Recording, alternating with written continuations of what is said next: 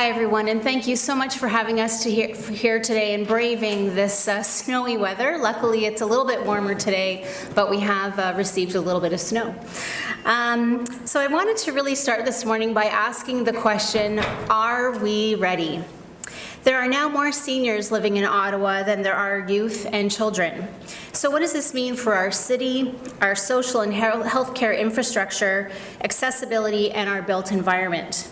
This past year, United Way Ottawa embarked on a research project with the help of our community partners, including Kelly Milne at the Regional Geriatric Program, which resulted in the production of a project and a report entitled A Profile of Vulnerable Seniors in the Ottawa Region. We are honored to be here today to share the findings with you and the recommendations, and we have an ask of you as well, so please stay tuned. So I am Kelly Myrtle, and oops, there we go. I'm Kelly Myrtle, and I'm very happy to be joined by my colleagues here today. So you'll hear from Rhonda a little bit later, who will talk to you about public policy and the power of a common voice, and Paul, who will speak to us about the main components of the report, data, and epidemiology research. I love saying the word epidemiology, although it doesn't flow very nicely off the tip of my tongue. We would also like you to thank you very much for taking the time to be with us today, and also to thank Kelly Milne for providing us with this opportunity. So we're going to watch a movie in just a short second, so just sit back and relax for a moment. But who has seen the movie Moneyball?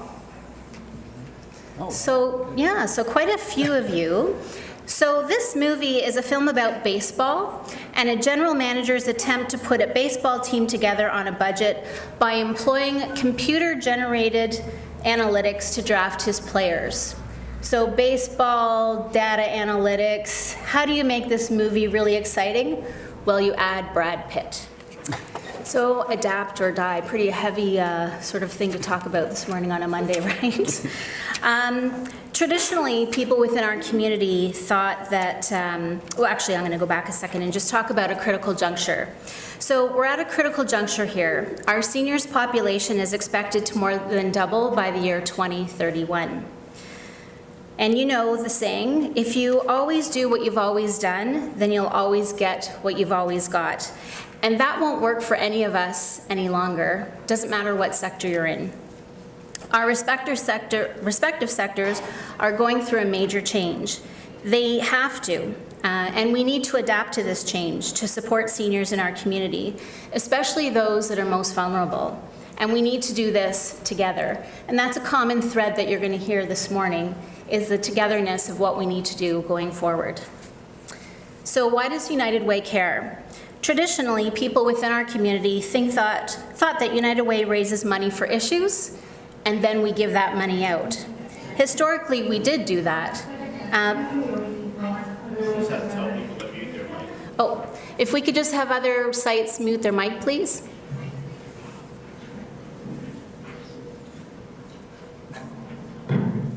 Thank you. Historically, we did do that, but as our community issues became more complex and the world of fundraising also became more complex, we also knew that we needed to make changes to adapt to successfully reach our goals, or we would die. We've made a promise to community that we will invest where it's needed the most and where we will have the greatest impact. This meant that we needed to change from just being a fundraiser to being an agent of impact within the community, and in order to do so, we needed to adopt 5 key strategies to be able to zero in on those who are most vulnerable within our community.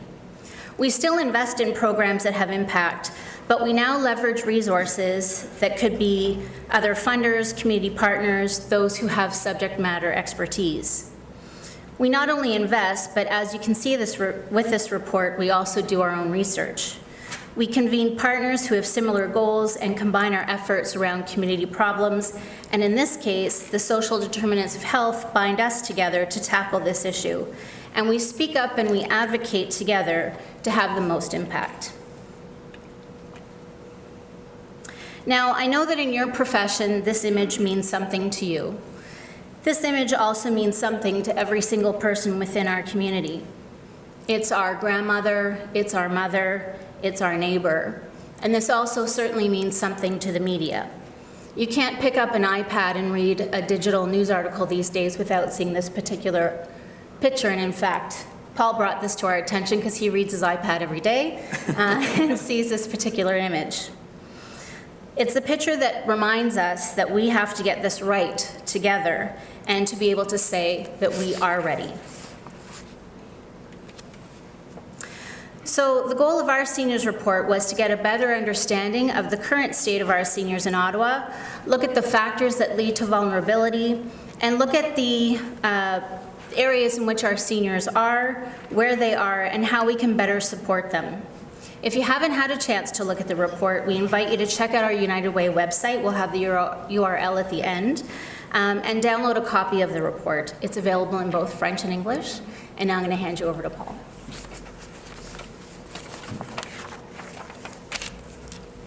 That's great. Thanks, Kelly. Yes, that image is truly ubiquitous now, and I think it seems like every day there's a new story usually about individual seniors, but also we hear about the stress in our long-term care facilities. We hear about individuals with dementia who have gone missing. And as a community, we've had to start to adapt in very creative ways, I think, to address these issues.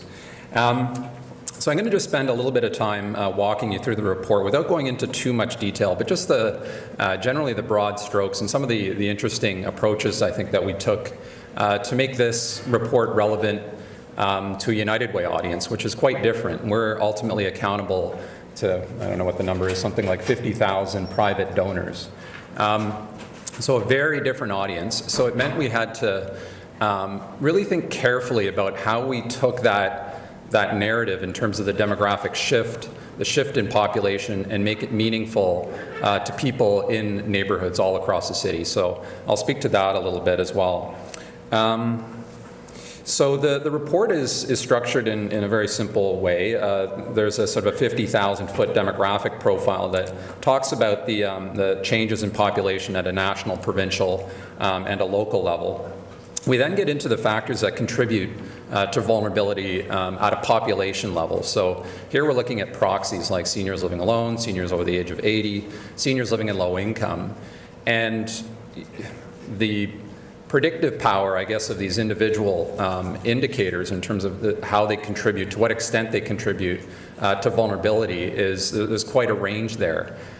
So one of the recommendations that Kelly will talk about is the idea of building a population-based vulnerability index, so we can not only identify who the vulnerable seniors are, but exactly where they are, to then therefore inform investment decisions. We then look at specific segments of seniors, I guess, who are particularly vulnerable for a range of different reasons, mostly historical context. So these are LGBTQ plus seniors, newcomer seniors. This would be senior women and seniors with disabilities.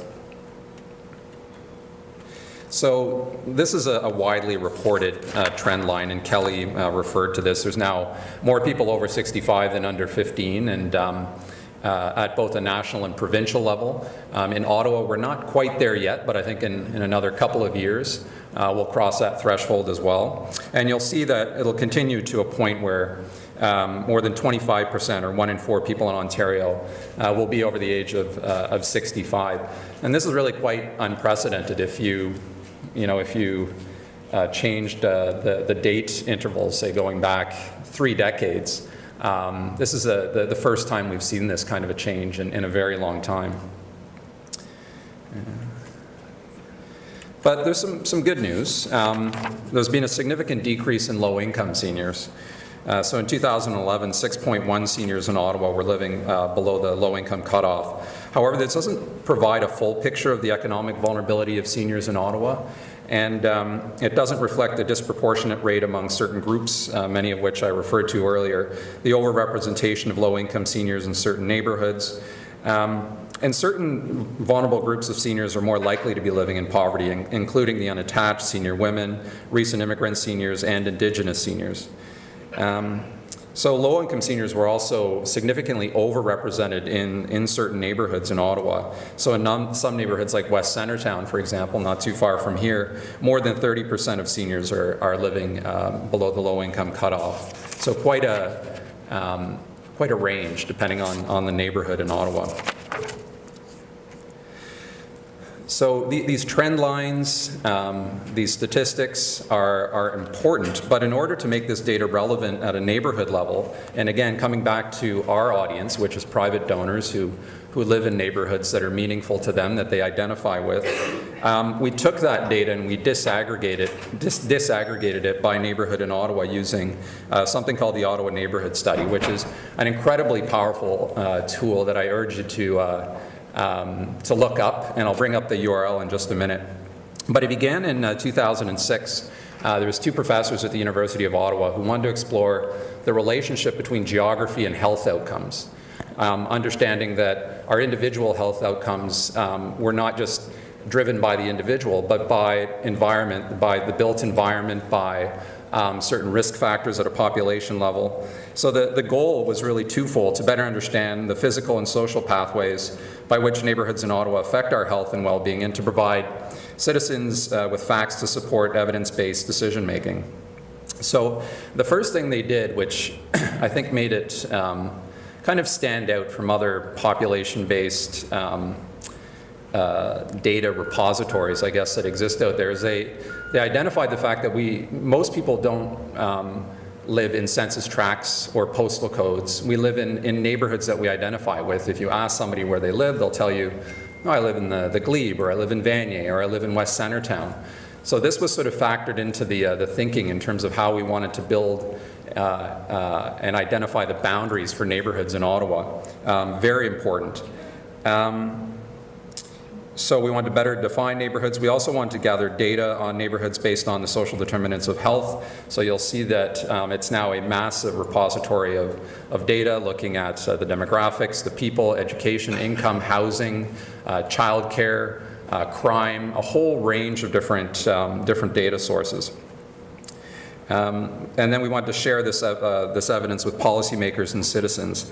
And it's demonstrated to be quite effective for a whole variety of purposes. One of the interesting examples of its utility was Ottawa Police Services using this data to redraw their service boundaries, understanding that only a third of their work is kind of at the tail end in terms of taking I guess, calls for different criminal activity. So they wanted to better outreach to communities, understand the strengths and challenges, and then respond more effectively to the needs of communities throughout the city. It's also being used to locate flu shot clinics and cooling stations during heat waves for seniors, housing, childcare, a number of different extremely valuable purposes. It's also allowed us to kind of collaborate, I think, as a community and create what I like to refer to as a common geographic frame of reference. So this is also used by the Health Integration Network, Ottawa Police Services, who I just referenced, as well as Ottawa Public Health, the City of Ottawa, United Way, other grant makers like the Community Foundation. So quite a range of partners from different sectors of the community. But for the purposes of this report, we selected just a few proxies for vulnerability, and this is just one example. So this map identifies the percentage of the population over 65 living in low income, and the darker blue neighborhoods represent parts of the city where seniors are more likely to be living in poverty. We also mapped out the percentage of the population living alone. To what extent that's a proxy for vulnerability, I'm not sure, but it's probably one important factor. Also the percentage of the population in Ottawa 80 years and over. So you can see that individually they might not have strength, but one of the things we recommend is trying to pull this data together to create some kind of composite or some kind of index so that we can score each neighborhood in Ottawa. So coming back to the adapt or die piece, we need to make this data relevant, again, to our stakeholders, to our donors. So one of the tools that we created to better engage different audiences, workplaces, campaigns in this work, and to demonstrate how important it is that we consider this population moving forward.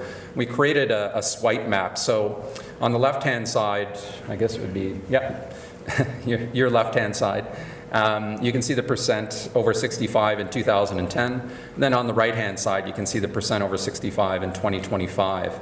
And what we wanted to demonstrate here is that seniors are increasingly living in place, living longer. So we can see here in Cumberland in 2010, there were 12.2% over the age of 65. But then if you swipe over the map, you can see how it changes significantly. In Cumberland, that percentage is expected to increase right up to 26% in 2025. So this is a tool that you can visit and you can interact with, and it's a great way to sort of understand what that trend line that we've seen so widely reported over the last year, what that looks like at an individual neighborhood level.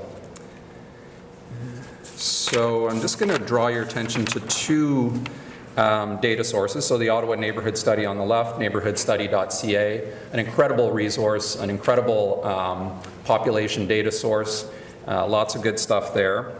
We're also increasingly using something called 211 Ontario. So 211 is a helpline and a website that provides information on and referrals to Ontario's community, social, health-related, and government services. So the vision is to be the primary source of information and gateway to human services for individuals and planners. So it's an incredible resource in terms of a directory of health and social services. But what's particularly valuable is the caller data. The caller data will help communities understand sort of unmet needs, where the pressure points are. That in combination with the Ottawa Neighborhood Study will really create a powerful geographic frame of reference for us. So we recently, this is an example, we recently used it to create a hotspot map for mental health supports to get a sense of who was calling, what were they calling about, what were their needs. So this is just a quick example of the top 10 topics searched online, and you can see that older adults is ranked quite highly there at number 7. But who are making those calls, or who are visiting the website for that purposes? I think that will be the question moving forward. So the report starts off with that demographic profile, the population data lens. Then we get into very specific pressure points. So caregivers is one of them. In 2012, there was an estimated 3.3 million Ontario residents who provided support to a family member, friend, or neighbor. And almost 1/3 of caregivers reported providing care for people with problems associated with aging. So one of the recommendations, of course, then will be to think about how we can effectively support seniors who need we need to support caregivers to support seniors. Also, an increasing number of seniors supporting seniors as well, so quite an important issue. So just moving along. I'm not going to get into all the details about the different dimensions of vulnerability, but we do report quite widely on diversity amongst seniors. We know that they come from different backgrounds, and this raises implications for policymakers and service providers, both in terms of the type of services needed and the training required to ensure that services are provided in an inclusive and culturally appropriate manner. So context is everything, and personal history will have an impact on how they interact with the system. So just a couple of quick illustrations. Most of today's LGBTQ+ seniors reached adulthood when homosexuality was still a criminal offense in Canada and have faced a lifetime of systemic discrimination. It was classified as a mental disorder by the American Psychiatric Association. Indigenous seniors continue to be affected by the lasting legacy of residential schools, and newcomer seniors face challenges related to low income. So they're likely to be heavily dependent on the income of their families, as their eligibility for government benefits is significantly restricted. So to bookend the report, I'll then pass it back to Kelly just to walk through some of the recommendations. Thank you.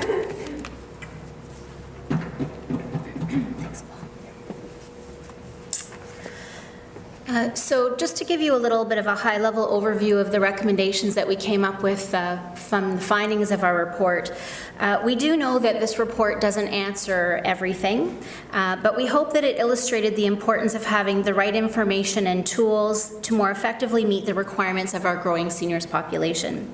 So as a next step, we will be looking to engage cross-sectoral community partners for the following 4 recommendations. One is to address gaps in information. So as I've just said, we know that this report hasn't answered everything. And as much research and data as we have, we still need richer information on the LGBTQ+ community, the Indigenous community, and rural communities for sure. Also further research on how to better understand and develop supports for vulnerable seniors. The second recommendation is to develop a common framework. And as a community, we need to work towards a common and shared goals and objectives to meet the needs of vulnerable seniors in our community. And also to reduce our siloed approach to be successful. The third that Paul has already alluded to is a caregiver strategy, and I don't have to tell you that caregivers are an essential part of our healthcare system.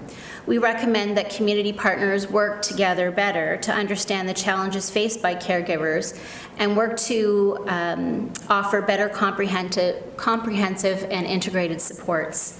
And finally, a vulnerability index that Paul is so passionate about. I had to wrestle this next slide away from him. But one of the challenges of directing resources to individuals who need them the most is identifying who and where they are. Understanding that vulnerability rarely manifests itself as a single or siloed issue. A means by which we could identify who are considered vulnerable would ensure that local investments and services are targeted, again, to those who need them the most.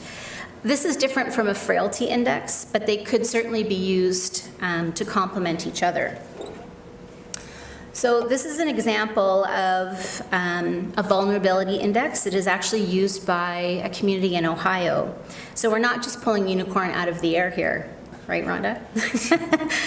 This is what Paul spoke to about. It's combining data, so it's geography, population, and the intersections of vulnerability to help us all target our resources to better support seniors. So now I'm going to hand it over to Rhonda.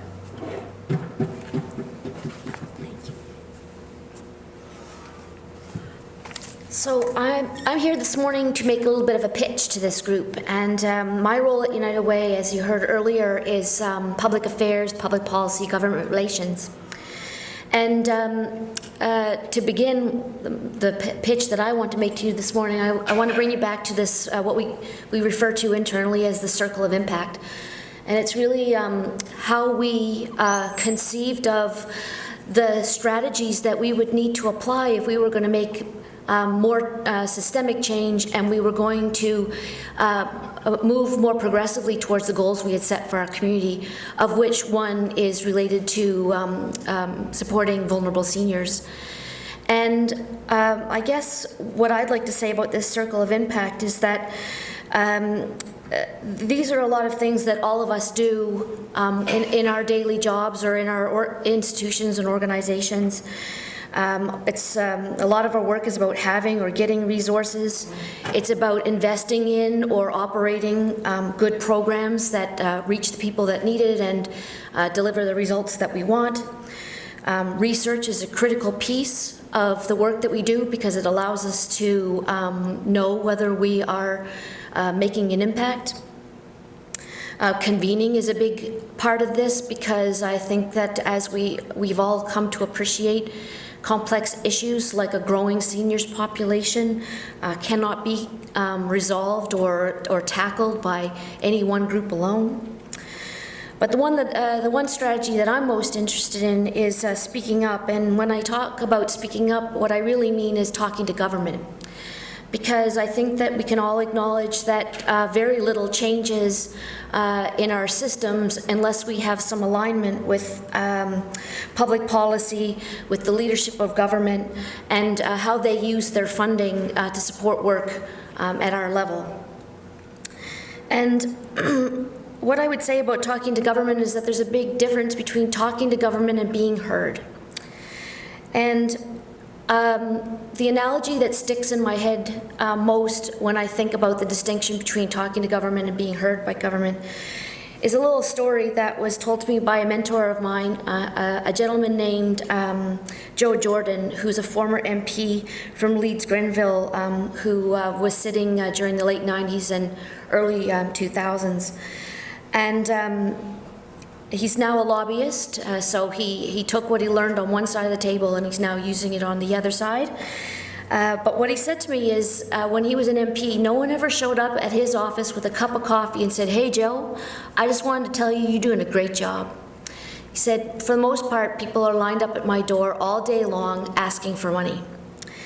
And I'm quite sure that that is a familiar scenario for all of you. Or you certainly can appreciate it. And we see it, we referred to the news earlier in our presentation, but we can read the paper every day and realize that that there's lots of compelling cases out there. There's lots of data and research to support those compelling cases, but we all, in many cases, still show up one by one. So the folks that represent long-term care will show up and they'll talk to government. The folks that represent the hospitals, they'll show up and talk to government. We do as it relates to supports in the community. We all show up one by one.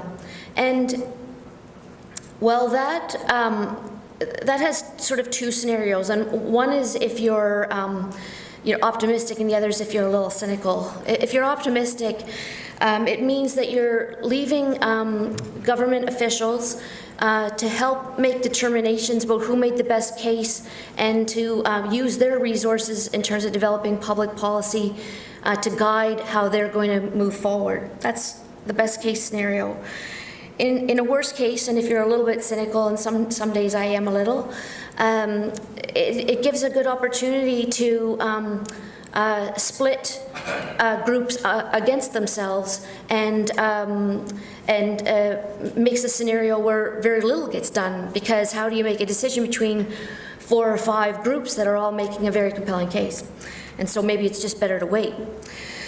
So again, this is where I come back to the adapt or die, and where I have been working in my organization and with the stakeholder groups that we work with across all sectors, and that includes the community sector. It includes folks in institutional settings like Kelly Millen and Dr. Molnar.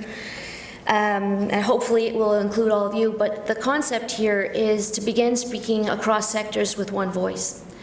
So when we talk about things like the vulnerability index, when we talk about a caregiver strategy, if we are able to work cross-sectorally and look at the continuum of care that's required for either of those things, and that goes anywhere from home care right through to someone who enters an institutional setting, is it possible that we might be able to advocate together with one voice about where those resources need to be and when, and what our recommendation would be as a common entity representing and advocating on behalf of Ottawa seniors? And again, I'm going to come back to optimism and say that we have a solid foundation already. This report that we've been talking about today and that you can find online, we were really, really fortunate to have a number of amazing resources and folks that were willing to work closely with us to make sure that this report was as reflective as possible of where vulnerable seniors are and what their needs are. So this report is really, really reflective of the input of Dr. Molnar and Kelly. It is reflective of the City of Ottawa. It's reflective of the Council on Aging here in Ottawa. It's reflective of, and it has the support of the LIN. That brings me back to my pitch, which is I think that this report is a great foundation. I think that there's lots of work to be done in terms of mobilizing and making these recommendations a reality. But I think that my pitch is that I would really love to see as many of you join on with us so that we could speak with one voice about how we can better serve vulnerable seniors today, and perhaps even more importantly, what we're going to do to prepare ourselves to be ready when those numbers and those trend lines truly impact our community. Thank you.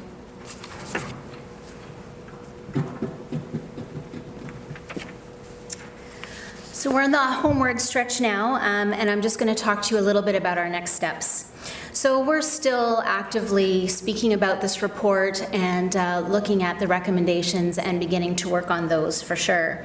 But we're also currently expanding this report to include our amalgamated region of Prescott, Russell, Lanark, and Renfrew counties. And so Paul's working on some of the data as it relates to those areas. And we're finding it quite interesting, actually, how some of the rural realities are coming to light, specifically around access to services and caregivers. We're also convening our own United Way Successful Aging Strategic Council, for which Kelly is a member, but we also have representatives from healthcare as well as community and social services and other independent seniors on that committee. So we're looking at how do we now build these recommendations into our own United Way strategy going forward with the council. And we'll continue to invest as a funder into programs and initiatives that improve the well-being of seniors by reducing the factors that lead to isolation and vulnerability, and continue to be a convener in the community to help make this work a reality. So once again, we'd like to thank you so much for your time today, and thank you for having us. And you can have a look at our website. The report is there to be downloaded, and we're here to answer any questions that you might have. Thank you so much.